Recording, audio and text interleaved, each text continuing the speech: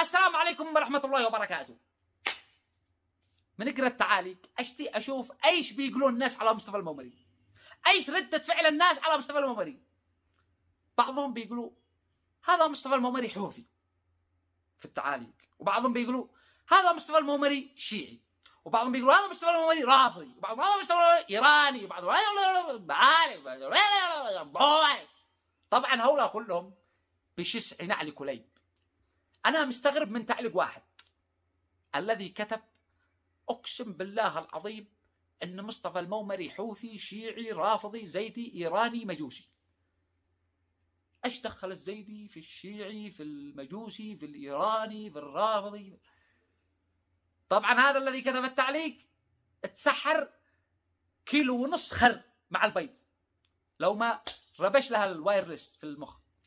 كتب التعليق وهو خارج نطاق التغطية. وفي ناس كثير من امثال هذا الذي يكتبوا هذا مصطفى حوثي، هذا زيدي، هذا ايراني، هذا كنت تسحروا تمر وبيض لا تكون تتسحروا خر يثقل على المعده ترجع تهلوس.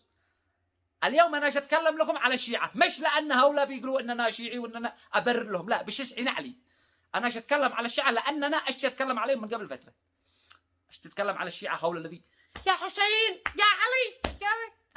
هؤلاء الشيعه الذي اقسم بالله انهم طعنوا الاسلام في الظهر وانهم اخطر من اليهود والنصارى. اليهودي عدو واضح، ولكن هؤلاء الذي بيقولوا انهم مسلمين وبيرفعوا يا حسين. اقسم بالله اني بنشوف لهم مقاطع وازعل عليهم. هؤلاء عليهم لعنه عذبهم الله بايديهم.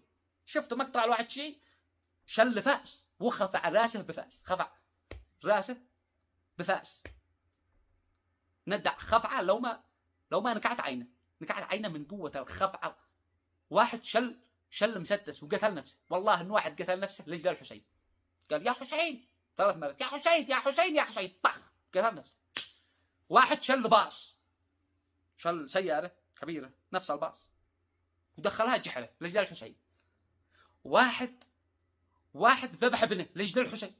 ايوه هؤلاء عليهم لعنه.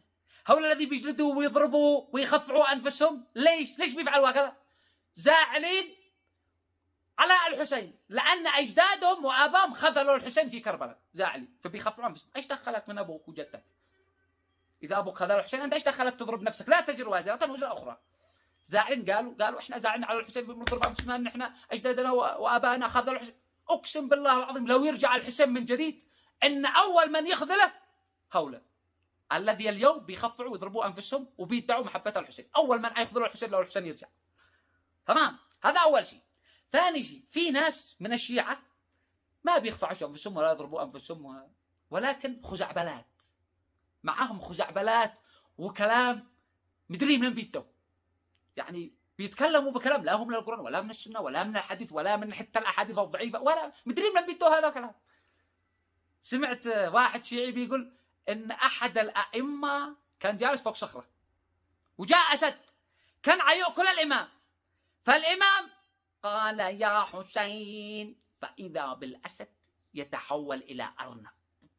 قال ان الاسد رجع ارنب ثم مات. هذه قصه احد الائمه. وفي ناس بيسمعوا ويتاثروا ايش القصص هذه؟ منين بيدوا القصص هذه؟ مدري، الله وحده. وانا مستغرب من الذي جالسين ويسمعوا ويبكوا ويتاثروا. وباقي قصه الواحد من الائمه كان معه تلفون والتلفون قد يكمل الشحن، قد يطفى التلفون ما في شحن، فقال يا زهراء، فاشتحن التلفون الى النص، فقال يا حسين، فاشتحن التلفون فل اشتحن التلفون. فقال التلفون لهذا احد الائمه الصالح، قال لو قلت يا علي لتحولت الى ايفون 578. فبكى الرجل الامام الصالح، بكي التلفون والشاحن خفع نفسه. الشاحن قام وخفع نفسه. وفي ناس بيبكوا ويتاثروا الشاحن قام خفع نفسه. واحد قام قتل نفسه، زاعل ومتاثر بهذه القصه، متاثر. الشاحن يخفع نفسه والتلفون قتل نفسه. من ايش العقول الذي معاكم؟ منين بتدوا هذا الكلام؟ وكان الحسين يمشي في الصحراء، وبعدها كلهم نفس الصوت.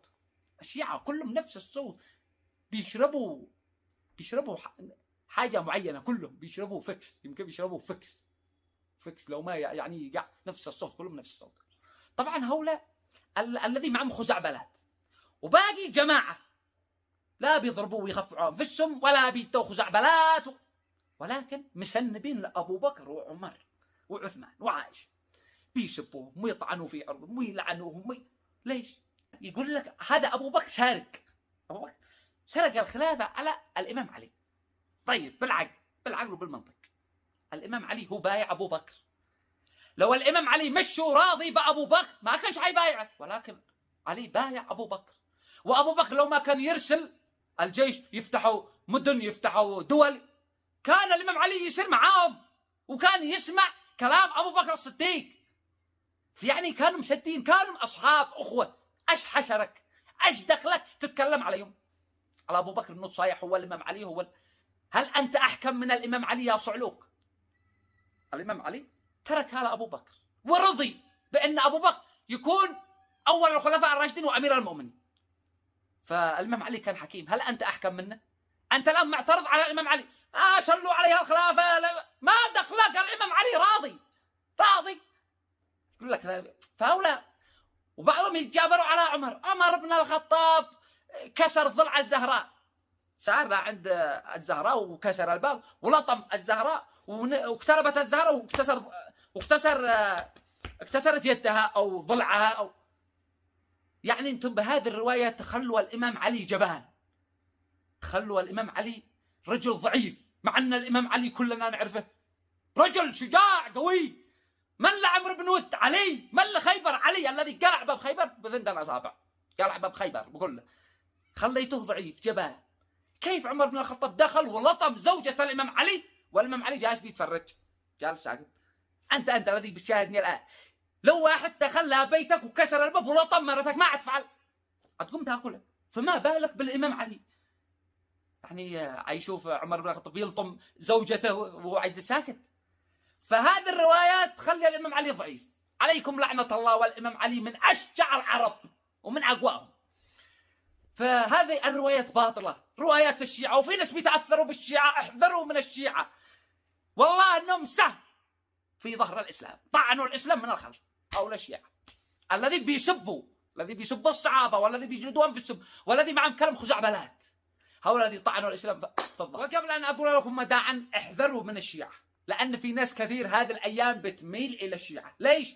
بسبب الأحاديث الضعيفة الذي بتقول إن أبو بكر أخذ الخلافة على الإمام علي، إن عمر بن الخطاب دكم الزهراء وكسر ضلعها، وهم في الحقيقة زاعل وضابح من عمر، لأن عمر كسر رأس فارس، عمر الذي نسف المجوس، فهم زاعل وحاقدين على عمر بن الخطاب. فلا تصدقوا لهذه الأحاديث الضعيفة، وأنا سأوضح في حلقة ثانية على الأحاديث الضعيفة هذه ايش فعلت بالناس. فقلت لكم احذروا انكم تصدقوا هذه الاحاديث وتشكوا في الصحابه الذي نقلوا لنا الاسلام ونقلوا لنا القران، الذي قاتلوا مع النبي وانفقوا مالهم كله. ابو بكر الصديق مات وهو عاطش، ما بيش معه ماء يشرب ولا اكل ياكل، مات وهو جاوع. عمر بن الخطاب مات ومعه ثوب واحد. يعني لو ما تقولوا انهم شلوا الخلافه على الامام علي، ليش؟ لاجل الملك، لاجل زرات، لاجل يغنوا. هذا عمر وابو بكر مشوا محمد بن زايد ولا هو محمد بن سلمان، هؤلاء زاهدين مؤمنين. كان عمر بن الخطاب يرقد في الشارع، حكمت فعدلت فامنت فنمت عمر بن الخطاب. يعني لو ما تشتوا تسبوا وتلعنوا، سبوا صحابه يعني ما نعرفهمش، امشعوا اسامي من راسكم وقولوا سعد بن حفتل السمندفوري، ولا سلطع بن يعني امشعوا اسامي وسبوا. اما تتكلموا على عمر وابو بكر رضي الله عنهم ورضوا عنه.